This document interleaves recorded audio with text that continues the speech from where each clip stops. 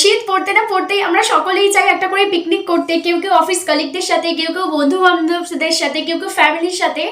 আর আমরা সকলেই চাই একটা অন্য জায়গায় গিয়ে ছোট্ট কোনো পিকনিক স্পটে পিকনিক করতে। আর অনেকেই সেরকম পিকনিক স্পটের খোঁজ পাই না আমরা, তাই আজকের ভিডিওটা তাদের জন্যই। কারণ আমি আজকে যেতে চলেছি একটা পিকনিক স্পট দেখতে, আর সেখানে কতটা কি বাজেট, কীরকম কি ব্যাপার স্যাপার সবটাই তোমাদের সাথে শেয়ার করবো। আজকের ভিডিওটা দেখতে থাকো, আই হোপ তোমাদের অনেকেরই উপকার হবে। চলো ভিডিওটা শুরু করা যাক।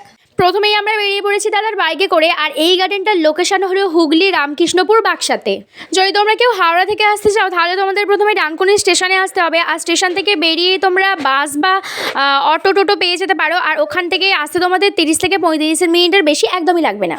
রামকৃষ্ণপুর বাজারে আসার পরেই তোমরা একটা 3 মাথা মোড় দেখতে পাবে, আর সেখান থেকে ডান দিকে সেই 5 মিনিট আসার পরেই ডান হাতেই পড়বে যোগমায়া সায়র পিকনিক গার্ডেনের বোর্ড। ওই গেটটা দিয়ে ঢুকেই মাটির রাস্তা দিয়ে 2 মিনিট আসার পরেই তোমাদের চোখে পড়বে গার্ডেনের মেন গেটটা। তারপরেই আমরা ঢুকে পড়েছিলাম গার্ডেনের মধ্যে, আর গার্ডেনটা ছিল ভীষণ বড়। আমরা ফোনে তো দেখে গিয়েছিলাম একরকম, অনেকটা ছোট লাগছিল, কিন্তু তার তুলনায় এই গার্ডেনটা ছিল অনেকটাই বড়। গার্ডেনের ঢোকার সাথে সাথেই প্রথমেই তোমাদের চোখে পড়বে একটা বিশাল বড় ঝিল, যেটা অনেকটাই বড়, আর তার সাথে ছিল 4টে সুন্দর বোর্ড। আর এই বোর্ডগুলোর ভাড়া হচ্ছে 4 জনের জন্য 180 টাকা করে। গার্ডেনটাতে প্রচুর ফুল গাছ লাগানো ছিল, আর প্রথমেই তো আমরা দেখলাম ওখানে বাচ্চাদের খেলার জন্য প্রচুর দোলা ছিল। আর এখানে আমরা যেহেতু মানে নিজেদের পিকনিকের জন্য স্পট দেখতে গিয়েছিলাম, তাই প্রথমেই আমার বৌদি দাদান মিলে চলে গেল যে এই স্পট নাম্বার 4-এ। আর ওখানে গিয়ে দেখলাম যে অনেক বড় বড় মানে জায়গা করা আছে রান্না করার জন্য। এখানে দেখতেই পাচ্ছ শেড লাগানো আছে, আর তার সাথে পুরো জায়গাটাকে সুন্দর করে ঘিরে দেওয়া আছে। এই স্পটগুলোর মানে ভাড়া বলছিল 4000 টাকা করে। আমরা ওটাকে দেখার পরে আরও ভিতরের দিকে চলে গিয়েছিলাম, কারণ ওনারা বলছিলেন যে ভিতরেও আরও অনেক রকমের রেঞ্জের স্পট আছে, তোমরা যেরকম যেমন যার বাজেট সেই হিসাবে তোমরা স্পট বুকিং করে আসতে পারো। ভিতরে গিয়ে দেখলাম ভিতরে আরও একটা ছোট্ট পুকুর আছে, আর পুকুরের সাইডেই আরও নতুন স্পট হচ্ছে, মানে এখানে এখনও কাজ চলছে। আর এইগুলোর ভাড়াও ওই 4000 টাকা করেই ছিল।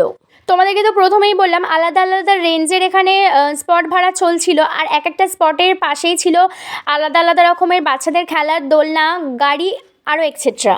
এই গার্ডেনটা যেহেতু মেন রাস্তা থেকে একটু ভিতরে, তাই এইটা ছিল ভীষণই পিসফুল একটা জায়গা। আর আমরা যেদিনকে গিয়েছিলাম সেদিন ছিল অফ ডে, তাই তেমন কোনো পিকনিক করার লোক ছিল না সেখানে, আমরাই একমাত্র সেখানে ঘোরাফেরা করছিলাম।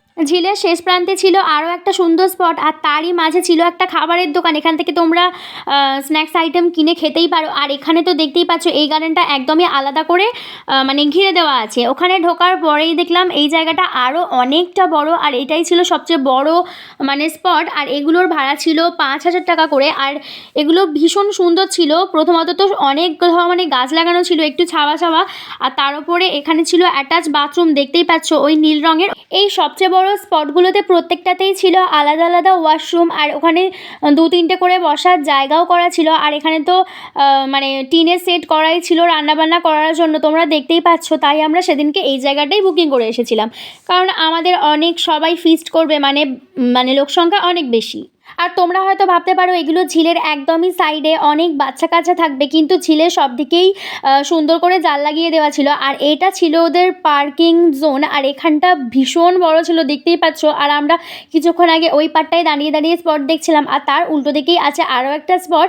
এগুলোর ভাড়া ছিল 3000 টাকা করে। তুলনামূলকভাবে ওই স্পটটার থেকে এগুলো অনেকটাই ছোট ছিল, আর এখানেও ছোট ছোট মানে টিনের সেট করা ছিল। আর এখানে কোনো রকম মানে বাথরুম টাথরুম কিছুই ছিল না, দেখতেই পাচ্ছ, কিন্তু জায়গাগুলো মোটামুটি অনেকটাই বড় ছিল, মানে 2-3টে ফ্যামিলি নিয়ে ফিস্ট করতে এলে বেশ ভালোই লাগবে।